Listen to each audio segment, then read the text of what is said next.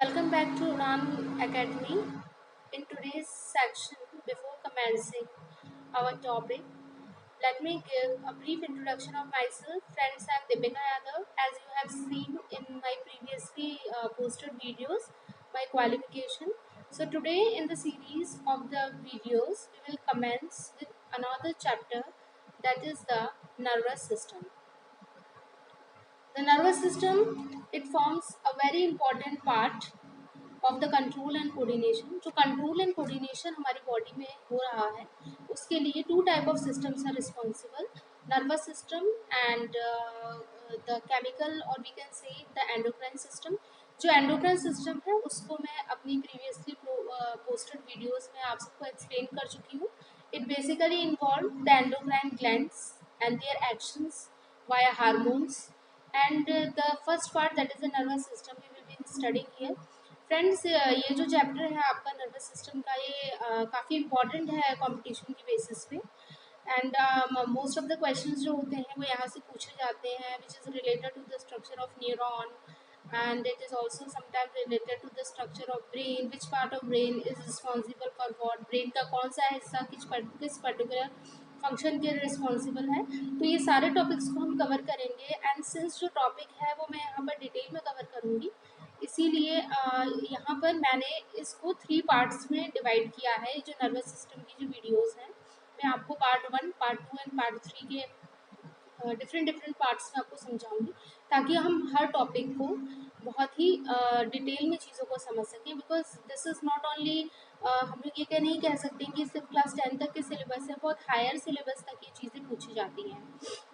So in the introduction page itself आप लोग nervous system में जो डायग्राम देख रहे हैं, ये न्यूरॉन का डायग्राम है एंड न्यूरॉन के बारे में मैं आपको आगे आने वाली सेक्शंस में और अच्छे से एक्सप्लेन करूँगी। Till then the things to be kept in mind is that the things that I'm going to teach you in the nervous system part 1, they are very important for the national talent search examination, science olympiad and TGT and PGT recruitment exams, also for the class 10th and 11th and in graduation part also, because जो basics हैं वो हमारी class 11 10th and 11th से ही start होते हैं। So without wasting time, let's commence the topic. First of all, what is nervous system? The nervous system consists of a group of organs which control and coordinate the activities of the various part of the body in response to the external and internal environmental changes. Body के बाहर होने वाले changes, ठीक है, और body के अंदर होने वाले चेंजेस। तो बहुत सारी जो एक्टिविटीज़ होती हैं हमारी बॉडी में वो डिफरेंट डिफरेंट पार्ट को एट्रीब्यूटेड है। हम सबको पता है सेल जो होती है, it is the smallest structural and functional unit of life, a group of cells performing a specific kind of function। वो जो होते हैं वो टिश्यूज़ कहलाते हैं, जिसे हम लोग ऊतक कहते हैं। ओके, और जो टिश्यूज़ का जो ये ग्रुप है जो एक स्पेसिफिक फंक्शन कर रहा है, ओके, उसको हम लोग ऑर्गन कहते हैं। ऑर्गन जो है फाइनली वो ऑर्गन सिस्टम को बनाते हैं। तो जो नर्वस सिस्टम जो होता है ये भी एक ग्रुप ऑफ ऑर्गन्स को कंसिस्ट कर रहा है, जो प्रॉपरली और कॉन्टीन्यूसली कौन सी प्रोसेस कर रहे हैं, वो कंट्रोल एंड कोऑर्डिनेशन, यानी हमारी बॉडी में नियंत्रण और समन्वय दोनों का कार्य कर रहे हैं। The nervous system receives information from all parts of the body and respond to them accordingly.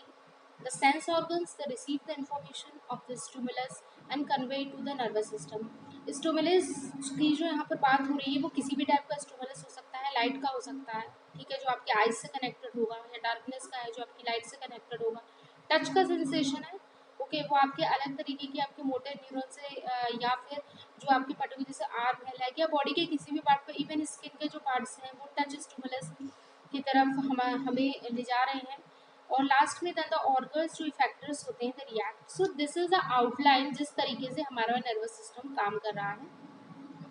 Nervous system body के डिफरेंट डिफरेंट पार्ट से वो इन्फॉर्मेशन गैदर करता है, then a proper processing of the information is done and after the processing जो पूरा process हो जाता है उस पर्टिकुलर चीज़ को एनालाइज किया जाता है, और एनालिसिस के बाद में फाइनली जो टारगेट ऑर्गन्स होते हैं वो उस पर्टिकुलर चीज़ के लिए, पर्टिकुलर स्टिमुलस के लिए दे रिएक्ट, ठीक है, and we see a certain kind of action. Now let's come to the structure of neuron. Structure of neuron को समझने से पहले let me first tell you कि व्हाट इज न्यूरॉन, न्यूरॉन होता क्या है। तो neurons they are structural and functional units of nervous system. Structure, जो हमारा जो नर्वस सिस्टम है उसकी स्ट्रक्चरल और फंक्शनल, ठीक है, तो उसकी जो क्रियान्वय, जो सबसे छोटी क्रियात्मक इकाई होती है, संरचनात्मक तथा क्रियात्मक इकाई जो है वो आपकी न्यूरॉन कहलाती है। इसका सिंपली ये कह सकते हैं हम लोग कि ग्रुप ऑफ न्यूरॉन्स, बहुत सारे न्यूरॉन्स जो होते हैं वो मिलकर नर्वस सिस्टम का फॉर्मेशन कर रहे हैं। Over 100 billion neurons occurring in human body, about over 100 million, ये मैं सिर्फ एक अप्रॉक्सीमेट आपको बता रही हूँ कि 100 मिलियन से ज़्यादा जो न्यूरॉन्स हैं वो हमारी ह्यूमन बॉडी में हो रहे हैं। यहाँ पर इनका जो नंबर है वो ये है। Neurons they are accompanied by companion cells called glia cells for housekeeping functions, nourishment, consuming waste products and insulation.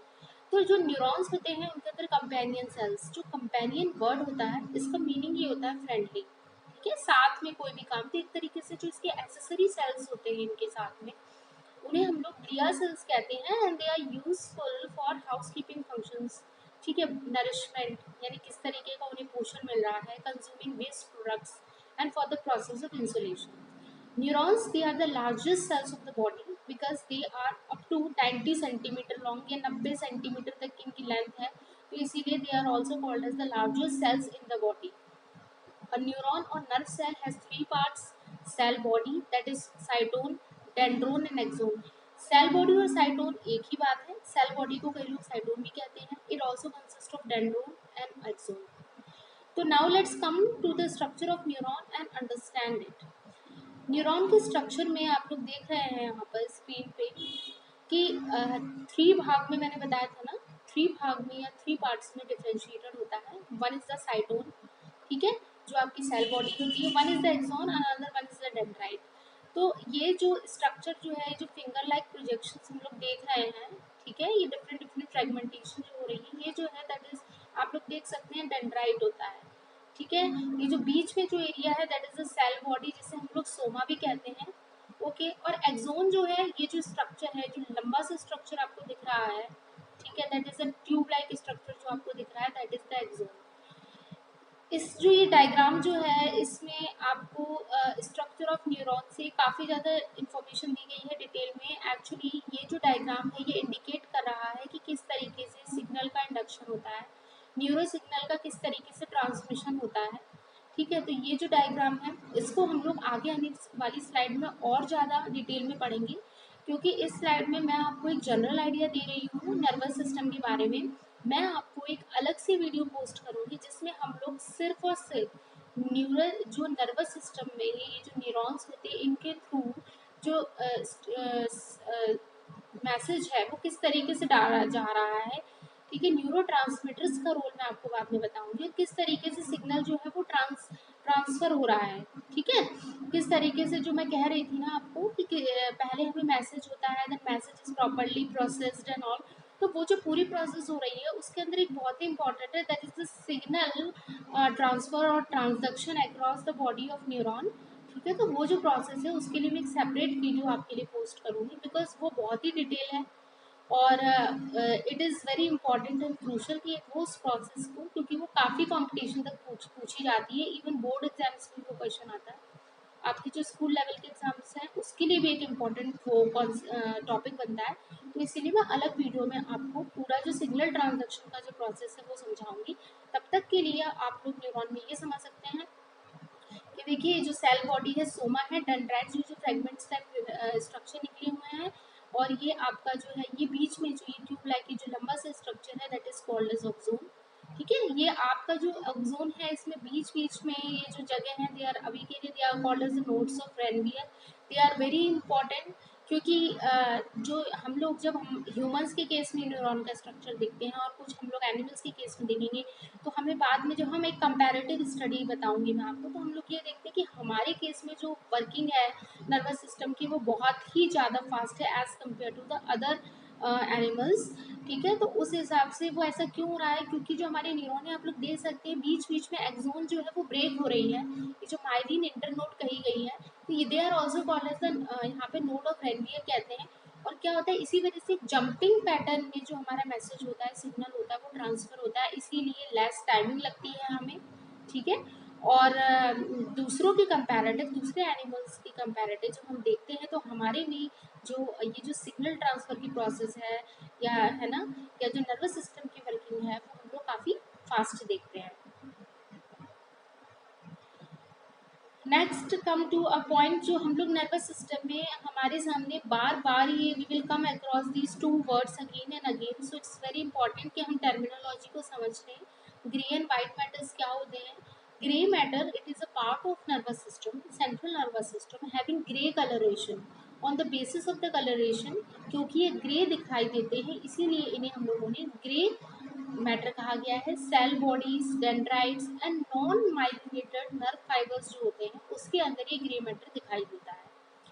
As far as the white matter is concerned, it is a part of nervous system, that is only the central nervous system we are talking about, having whitish coloration and being formed mostly of medullated nerve fibers.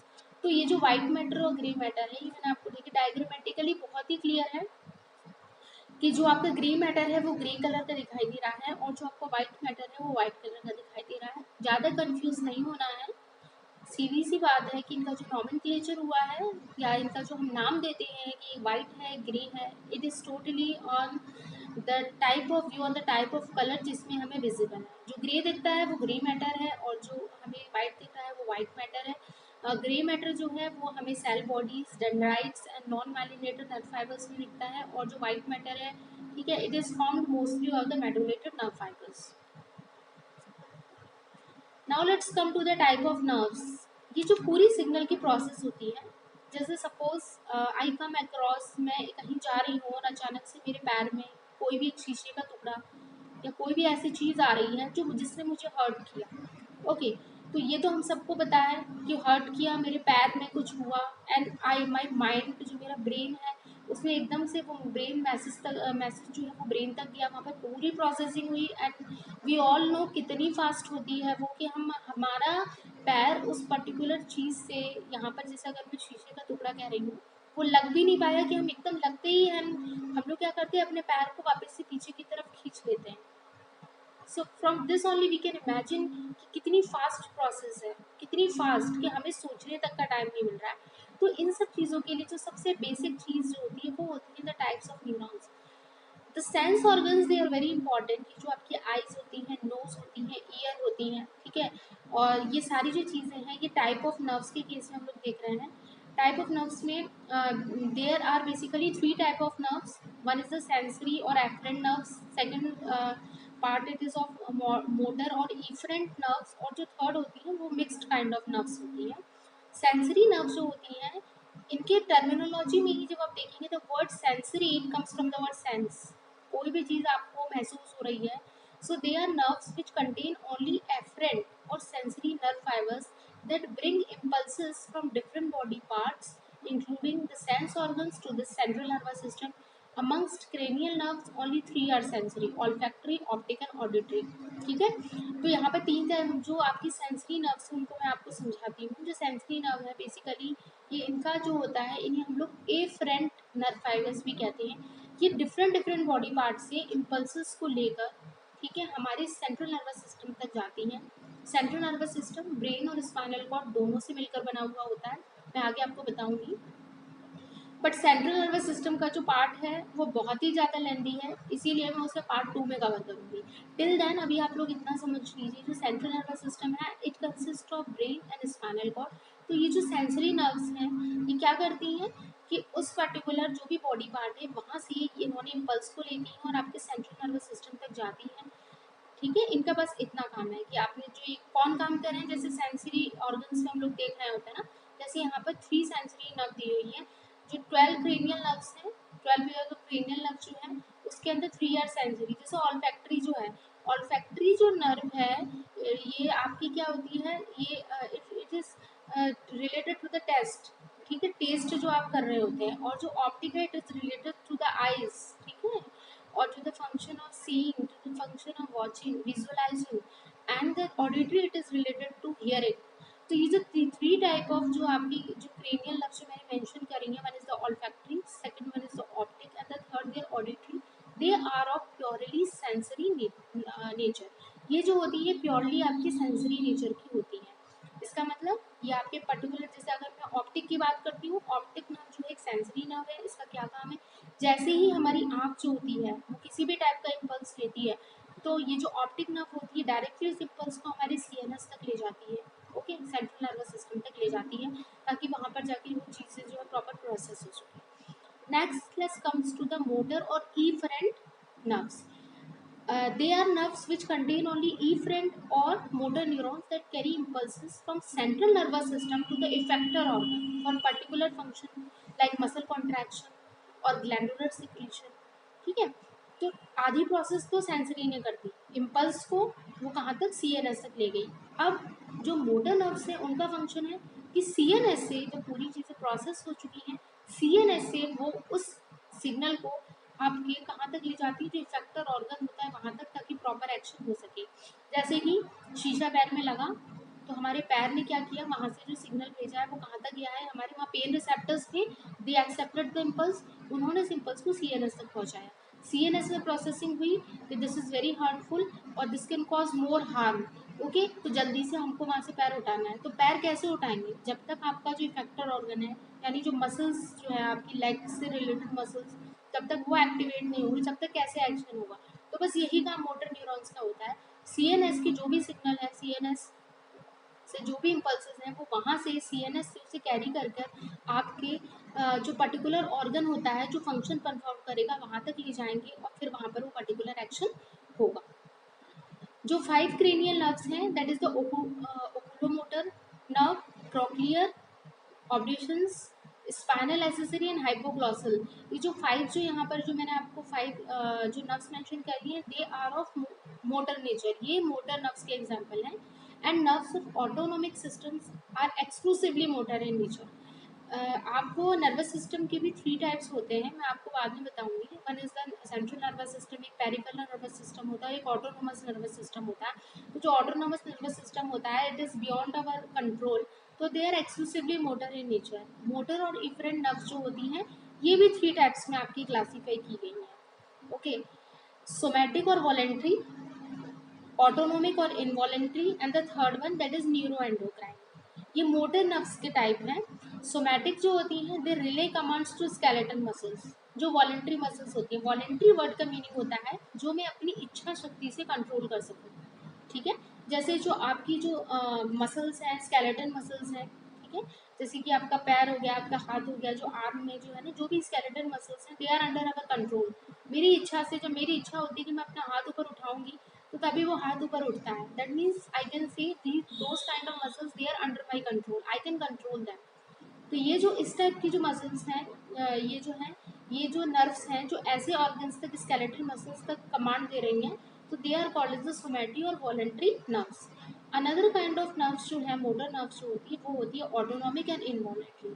As the name suggest, involuntary, they are not under our command, वो अपने हिसाब से ही काम होगा उनका, आपको command देने की कोई ज़रूरत नहीं है। They control functioning of involuntary muscles and exocrine glands. Involuntary muscles और एक्सोक्राइन ग्लैंड्स के फंक्शन को, इनवॉलेंट्री मसल्स में हम लोग जो कहते हैं वो कह सकते हैं, जो जैसे मैंने आपको स्केलेटन मसल्स कही हैं, इसी टाइप से आपकी जो कार्डियक मसल्स होती है which are related to the heart, और कुछ जो होती हैं वो एलिमेंट्री में, जैसे जो पेरिस्टालसिस मूवमेंट कराती हैं, पेरिस्टालसिस मूवमेंट हो रहा है, इस टाइप की जो होती है ना, जो पर्टिकुलर काइंड ऑफ मसल्स होती हैं, ये जो होती है, इनको कंट्रोल करने का जो पूरा दायित्व होता है वो ऑटोनोमिक और इनवॉलेंट्री नर्व्स का होता है, ठीक है। डायरेक्टली इस टाइप के जो इनवॉलेंट्री मसल्स या एक्सोक्राइन ग्लैंड्स हैं, इन सब की जो फंक्शनिंग है वो ऑटोनोमिक और इनवॉलेंट्री नर्व्स कंट्रोल करती हैं। जैसे एक्सोक्राइन ग्लैंड्स को हम लोग समझ सकते हैं, जैसे पसीने का आना, तो आपका there is no need to give a command, और हमारी कोई विल पावर इसमें नहीं होती है। जब भी कोई गर्मी होती है, टेम्परेचर का कहीं पे भी डिफरेंट हुआ, या आप एक्सरसाइज कर रहे हैं, तो ऑटोमेटिक कम्स आउट। सिमिलरली जो हार्ट की फंक्शनिंग है वो किसी के कमांड में नहीं है, जो कार्डियक मसल्स हैं, they are specially working inside the body,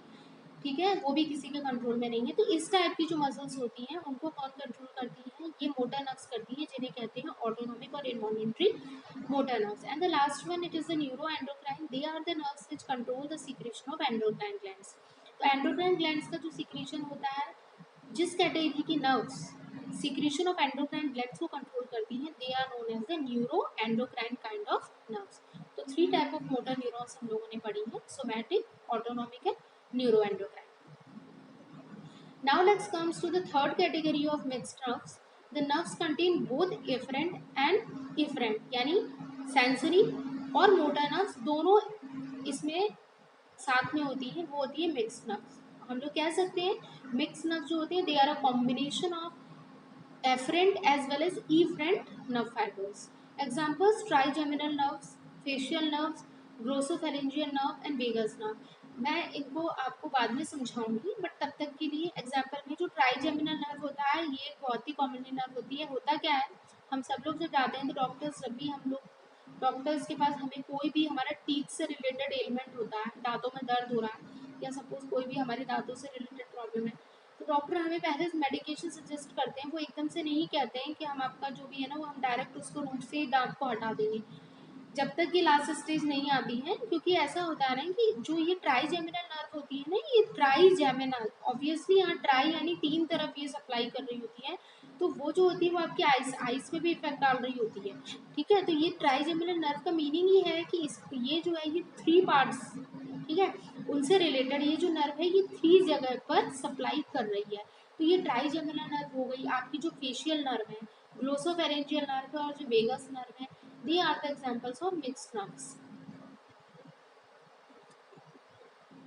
जो आपका नर्वस सिस्टम है, ये जो अभी तक मैंने आपको पढ़ाई ये बेसिक टर्मिनोलॉजी थी जो हमें बहुत ही इंपॉर्टेंट होती है जानना. Because once we start to study nervous system, एक बार जब हम नर्वस सिस्टम को पढ़ना स्टार्ट कर देते हैं तो ये टर्म्स बहुत ही फ्रिक्वेंटली आती है, जैसे ग्रे मैटर, वाइट मैटर. तो अगर हमें ये चीज़ें नहीं क्लियर होती हैं तो हमें थोड़ी सी समझने में नर्वस सिस्टम को प्रॉब्लम होती है. इसीलिए I tried my level best कि मैं इन चीज़ों को पहले क्लियर करूँ. तो सेंट्रल nervous system है, it is classified into central nervous system which consists of brain and spinal cord. Peripheral nervous system which consists of cranial nerves and spinal nerves. मैंने आपको समझाया था जो cranial nerves है ना, ट्राइजेमिनल नर्व, ये जो अलग सेंसरी इफरेंट एफरेंट वाली जो मैंने आपको बताई थी उसमें जो नेम्स मेंशन किए हैं वो क्रेनियल नर्व्स ही हैं. Also consist of spinal nerves. Autonomous nervous system, sympathetic nervous system and parasympathetic nervous system. ठीक है, तो ये जो ऑटोनोमस नर्वस सिस्टम है ये दो टाइप से हो रहा है, that is the sympathetic nervous system and another one is the parasympathetic nervous system. तो ऑटोनोमस नर्वस सिस्टम ये दो भागों में बांटा गया है, सिंपैथेटिक एंड पैरासिम्पैथेटिक. हम इसे डिटेल में पढ़ेंगे. पेरिफेरल नर्वस सिस्टम किसके बना हुआ है, क्रेनियल नर्व्स और स्पाइनल नर्व्स जो होती है ये दोनों मिलकर आपको पेरिफेरल नर्वस सिस्टम बना रहे हैं, और जो आपका ब्रेन एंड स्पाइनल कॉर्ड है ये मिलकर आपको सेंट्रल नर्वस सिस्टम बना रहा है. एक आउटलाइन मैंने शो की है ब्रेन के बारे में, क्योंकि हम लोग पहले सीएनएस को पढ़ना स्टार्ट करेंगे. ब्रेन जो है वो थ्री पार्ट्स में डिवाइडेड है. One is the forebrain, that is also called as prosencephalon. Second is the midbrain जिसे मध्य मस्तिष्क कहते हैं, that is also called as mesencephalon. And hindbrain that is called as rhombencephalon. तो brain को three भागों में हम लोग पढ़ सकते हैं. थ्री भागों में इसको विभाजित किया गया है, फोर ब्रेन, मिड ब्रेन और हाइंड ब्रेन. जो आपका फोर ब्रेन है वो फर्दर आपका क्लासीफाई हुआ है into the that is the rhinencephalon, telencephalon and diencephalon. Similarly midbrain आपका जो हुआ है वो हुआ है cerebral peduncles, that is the crura cerebri and corpus quadrigemina. और जो आपका हाइंड ब्रेन है, ठीक है, जो पश्चिम मस्तिष्क होता है वो किस में हुआ है, वो आपका हुआ है मेसेंसेफेलॉन, माइलिनसेफेलॉन. और फर्दर जो आपका माइलिनसेफेलॉन है उसका एक इम्पॉर्टेंट बाद में हम लोग पार्ट पढ़ेंगे, that is medulla oblongata, that is very important. And another one जो होता है जो आपका मेनसेफेलॉन है, यह आपका सेरेबेलम और पोन्स फेरोली में होता है. पोन्स फेरोली और मेडुला ऑब्लांगाटा के बारे में हम लोग पढ़ेंगे along with cerebellum, pons varolii, medulla oblongata and the cerebrum. ये जो होते हैं ये बहुत ही इंपॉर्टेंट फंक्शंस कैरी आउट करते हैं. बहुत सारे फंक्शंस इनसे एसोसिएटेड होते हैं जो कि कंट्रोल एंड कोऑर्डिनेशन में बहुत इंपॉर्टेंट होते हैं. जब भी इनमें से अगर कोई भी हमारा particular, because they all are the part of brain, तो कोई भी चीज़ थोड़ी सी भी अफेक्ट होती है ना तो बॉडी पे बहुत ही ज़्यादा गहरा उसका प्रभाव पड़ सकता है. एक बार फिर से ब्रेन जो है वो थ्री भागों में लोग पढ़ेंगे, that is the fore brain, mid brain and hind brain. ठीक है, और जिसे हम लोग हिंदी में अग्र मस्तिष्क, ठीक है, मध्य मस्तिष्क और पार्श्व मस्तिष्क कहते हैं. तो फिर फोर ब्रेन के डायवर्जन हम लोग पढ़ेंगे और मिड ब्रेन के पढ़ेंगे और हाइंड ब्रेन के पढ़ेंगे.